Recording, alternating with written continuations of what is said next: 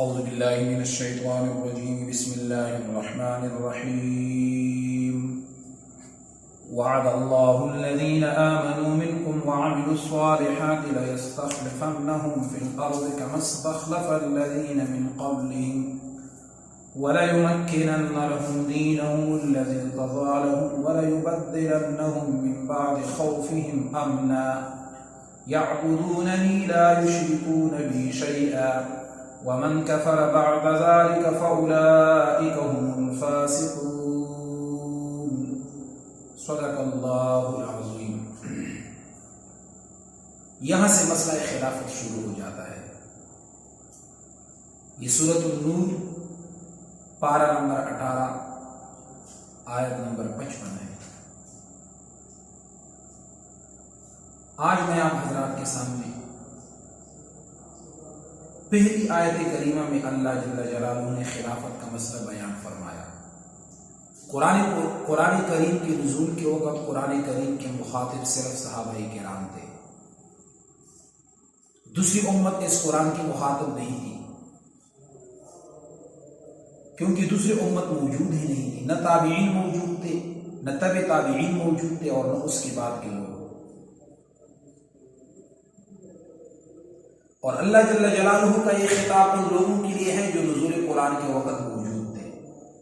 وعد اللہ الذین آمنوا منکم، وعد کیا اللہ نے ان لوگوں سے جو ایمان لائے تم میں سے، جو نزول قرآن کے وقت موجود ہے، صحابہ کرام رضوان اللہ علیہم اجمعین، وعملوا الصالحات، اور جنہوں نے عمل کیے اچھے عمل کرنے والے مومنوں کے ساتھ اللہ کا وعدہ ہے، اس بات کا وعدہ ہے کہ لَيَسْتَخْلِفَنَّهُمْ، البتہ ضرور خلیفہ بنائیں گے ان کو، فی الارض، زمین میں۔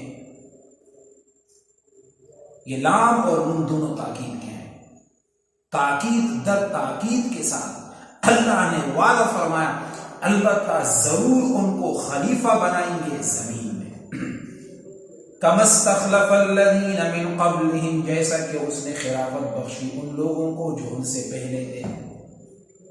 جس طرح اللہ جل جلالہ نے پہلی امتوں میں خلفاء بنائے، تم بھی ضرور بنائیں گے۔ وَلَيُمَكِّنَنَّ لَهُمْ دِينَهُمْ، اور البتہ ضرور قدرت دے گا، جما دے گا ان کے لیے ان کے دین کو۔ یہاں پر بھی دو تاکید ہیں، لام بھی تاکید کا اور نون بھی تاکید کا۔ البتہ ضرور ان کے ذریعے دین کو چمکائے گا، پھیلائے گا۔ الذی ارتضی لہم، جو دین اللہ نے ان کے لیے پسند کیا ہے۔ یہ قرآن کریم کے نزول کے اعتبار سے جو آخری آیت ہے، اسی آیت کا حصہ ہے۔ قرآن کریم کے نزول کے اعتبار سے جو آخری آیت ہے، یہ اس کا حصہ ہے۔ الیوم اکملت لکم دینکم واتممت علیکم نعمتی ورضیت لکم الاسلام دینا، آج کے دن کامل کر دیا تمہارے لیے تمہارے دین کو، پوری کر دی میں نے تم پر اپنی نعمت، اور پسند کیا میں نے تمہارے لیے دین اسلام کو تمہارے لیے بطور دین پسند کر دیا۔ تو جو دین رب نے پسند کیا، اس دین کے ذریعے پلائے گا، جمائے گا، اس کے ذریعے اس دین کو خوب وقت حاصل ہوگی۔ وَلَيُبَدِّلَنَّهُم مِّن بَعْدِ خَوْفِهِمْ أَمْنًا، البتہ ضرور تبدیل کر دیں گے اللہ ان کے لیے خوف کے بعد امن۔ یہاں بھی دو تاکید ہیں، لام بھی تاکید اور نون بھی تاکید۔ تاکید در تاکید کے ساتھ رب فرماتے ہیں خلافت کے دور میں خوف کے بعد امن ہوگا۔ پھر کیا ہوگا؟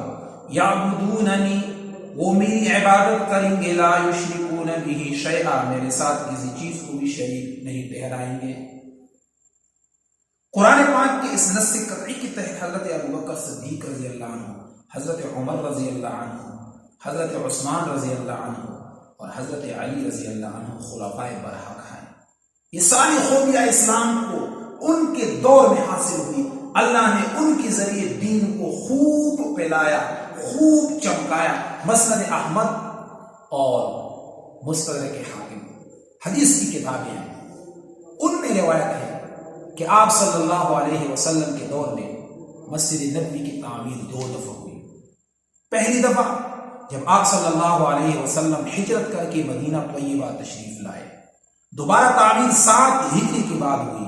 پہلی بھی کچی تھی، دوبارہ بھی کچی تھی۔ دوبارہ جب تعمیر ہوئی اور بنیادیں نکالی گئی، روایت میں ہے کہ پہلا پتھر حضرت صلی اللہ علیہ وسلم نے رکھا، دوسرا پتھر حضرت صلی اللہ علیہ وسلم کے حکم پر حضرت ابوبکر صدیق رضی اللہ عنہ نے رکھا، تیسرا پتھر آپ کے حکم سے حضرت عمر نے رکھا، چوتھا پتھر آپ کے حکم سے حضرت عثمان غنی نے رکھا۔ اس موقع پر صحابہ کرام کی کافی تعداد بھی موجود تھی۔ پہلا پتھر اللہ کے حبیب نے رکھا، پھر اللہ کے حبیب کے حکم پر حضرت ابوبکر نے دوسرا پتھر رکھا، پھر اللہ کے حبیب کے حکم پر حضرت عمر فاروق رضی اللہ عنہ نے تیسرا پتھر رکھا، پھر حضرت عمر اللہ کے حبیب کے حکم پر حضرت عثمان غنی رضی اللہ عنہ نے چوتھا پتھر رکھا، اور اسی موقع پر صحابہ کرام کی بھی کافی تعداد تھی۔ حضرت صلی اللہ علیہ وسلم نے فرمایا ہؤلاء ولاۃ الامر من بعدی، یہ جس ترتیب سے انہوں نے پتھر رکھے ہیں اسی ترتیب سے یہ میرے بعد خلفاء بھی ہوں گے۔ صحیح روایت ہے کہ حضرت صلی اللہ علیہ وسلم نے خواب دیکھا اور پیغمبر کو خواب حقیقت ہوتا ہے، صحیح روایت ہے۔ فرمایا میں نے دیکھا کہ ایک کنواں ہے اور اس میں بڑا پانی ہے، میں اس کنویں سے پانی نکال کر لوگوں کو پلا رہا ہوں، میرے بعد دور ابوبکر نے پکڑ لیا اور پانی نکال کر لوگوں کو پلایا، اس کے بعد دور عمر نے پکڑ لیا اور دیکھتے دیکھتے وہ ڈول بڑا ہو گیا۔ فرمایا لم ارا عبقریا یفری فریتا، ایسی قوت کے ساتھ پانی نکالنے والی قوی آدمی میں نہیں دیکھا۔ نکالتے گئے پلاتے گئے، لوگ اپنے جانوروں کو کنویں کے پاس لا کر پانی پلا۔ جب حضرت عمر رضی اللہ عنہ نے ڈول پکڑا تو جانوروں کے باڑوں تک پانی پہنچ گیا۔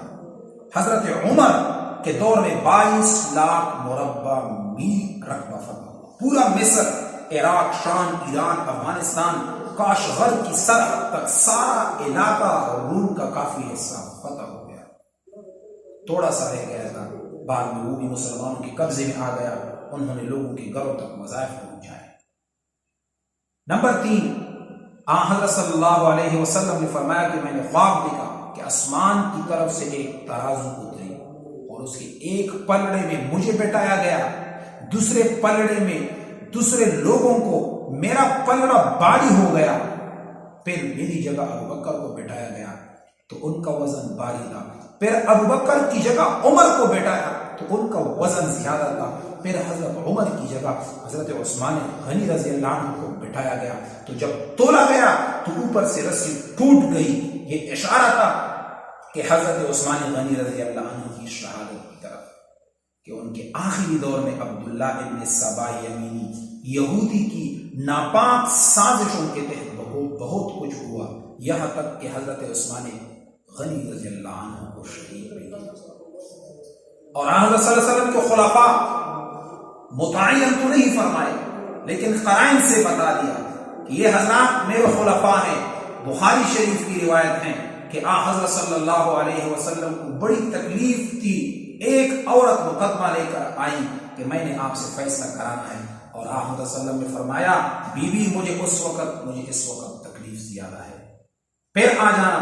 کہنے لگی حضرت میں دوبارہ آؤں، ان لم اجد کا تغنی الموت، اگر میں آپ کو نہ پاؤں، مراد اس کی موت تھی، یعنی آپ کا وصال ہو جائے، پھر میں کس کے پاس اپنا فیصلہ لے جاؤں؟ حضرت صلی اللہ علیہ وسلم نے فرمایا فقتی ابا بکر، ابو بکر کے پاس آنا، وہ تیرا فیصلہ کرے گا۔ تو یاد رکھنا قرآن کی اس نص قطعی سے حضرت ابو بکر، حضرت عمر، حضرت عثمان، حضرت علی خلفاء، ان کے ذریعے اللہ نے دین کو چمکایا، پھیلایا، اور ان میں پھر اللہ نے حضرت ابو بکر کو بڑی عظمت اور شان عطا فرمائی۔ حضرت عمر فرماتے تھے بابا میرے ساتھ سودا کر لو، اپنی 2 نیکیاں مجھے دو، میری ساری عمر کی نیکیاں لے لو، ایک غار سور والی رات کی نیکی اور دوسری حضرت صلی اللہ علیہ وسلم کی دنیا سے رخصت ہونے کے بعد استقامت والی جو نیکیاں ابو بکر تیرے پاس ہیں، یہ 2 نیکیاں مجھے دے دو۔ ایک وہ نیکی جو غار سور والی رات کی نیکی ہے، جس میں آپ نے جناب رسول اللہ صلی اللہ علیہ وسلم کی ذات کی دفاع کی تھی دشمن سے، وہ نیکی مجھے دے دے، دوسری وہ نیکی مجھے دے دے جب نبی علیہ الصلوۃ والسلام دنیا سے رخصت ہو گئے، اور دنیا سے رخصت ہونے کے بعد استقامت والی نیکی ابو بکر جو تجھے ملی تھی وہی نیکی مجھے دے دے۔ مشکات شریف اور دیگر کتابوں میں روایت ہے رات صاف تھی، سب ستارے نظر آ رہے تھے، حضرت عائشہ نے کہا حضرت کوئی ایسا بندہ جس کی نیکی آسمان کے تاروں کے برابر ہو، دیکھو کیا ذہن تھا۔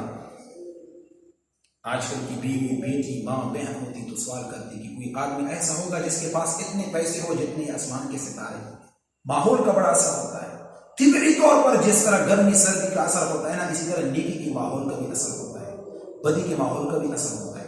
نیکی کی رفتار چویٹی کی طرف آ جاتی ہے، یہ بات یاد رکھنا، دل کے کانوں سے سنو اور دل کے اندر اس بات کو لکھ لے کہ نیکی کی رفتار چویٹی کی طرف ہوتی ہے اور بدی کی رفتار گھوڑے کی طرف۔ تو حضرت عائشہ صدیقہ رضی اللہ عنہ نے فرمایا، تو آپ صلی اللہ علیہ وسلم نے فرمایا ہاں عمر ہے۔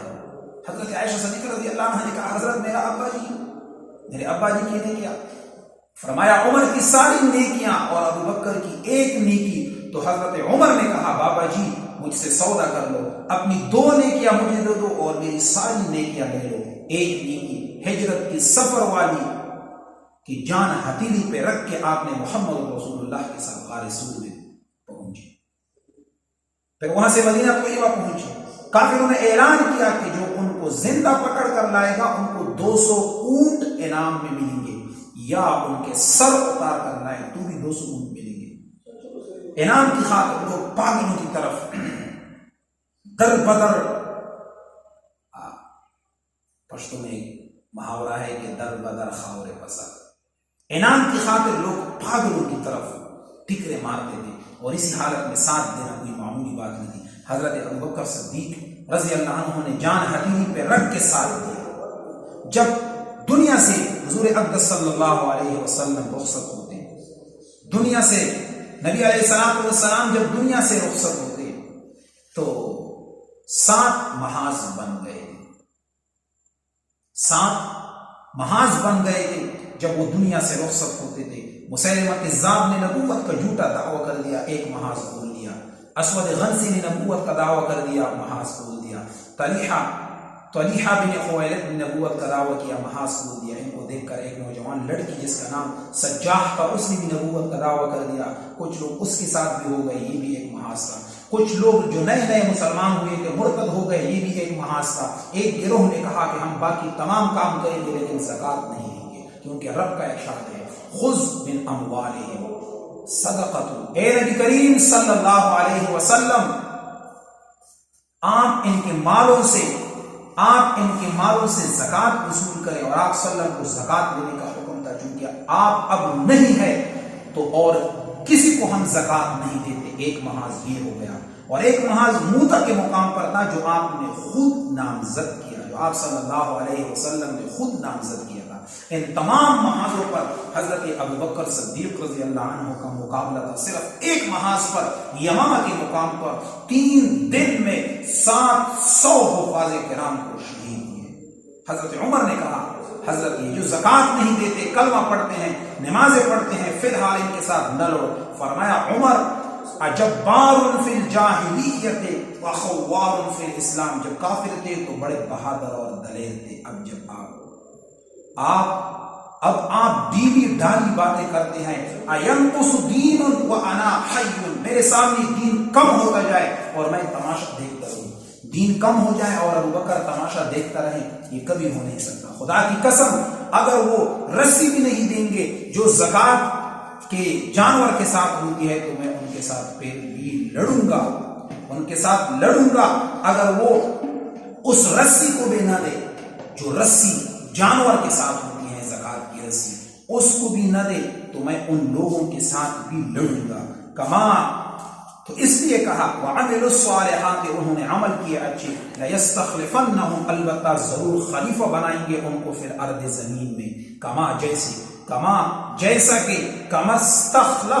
جیسا کہ خلیفہ بنایا الذین، ان لوگوں کو، من قبلہم جو ان سے پہلے تھے، وَلَيُمَكِّنَنَّ لَهُمْ البتہ ضرور قدرت دے گا ان کو دینہم ان کی دین کو الذی وہ دین ارتضی لہم جو پسند کیا ہے ان کے لیے وَلَيُبَدِّلَنَّهُمْ البتہ ضرور بدلہ دیں گے ان کے لیے من بعد خوفہم امنا ان کے خوف کے بعد امن کو یعبدوننی وہ میری عبادت کریں گے لا یشرکون بی شیئا نہیں شرک کریں گے میرے ساتھ کسی شے کو ومن کفر جس نے کفر کیا بعد ذالک اس کے بعد فاولئک هم الفاسقون پس یہی لوگ نافرمان ہے جس نے کفر کیا اور جس نے میرے ساتھ کسی چیز کو شریک کیا کفر کیا اس کے بعد تو یہی لوگ نافرمان ہیں وآخر دعوانا الحمدللہ رب العالمین.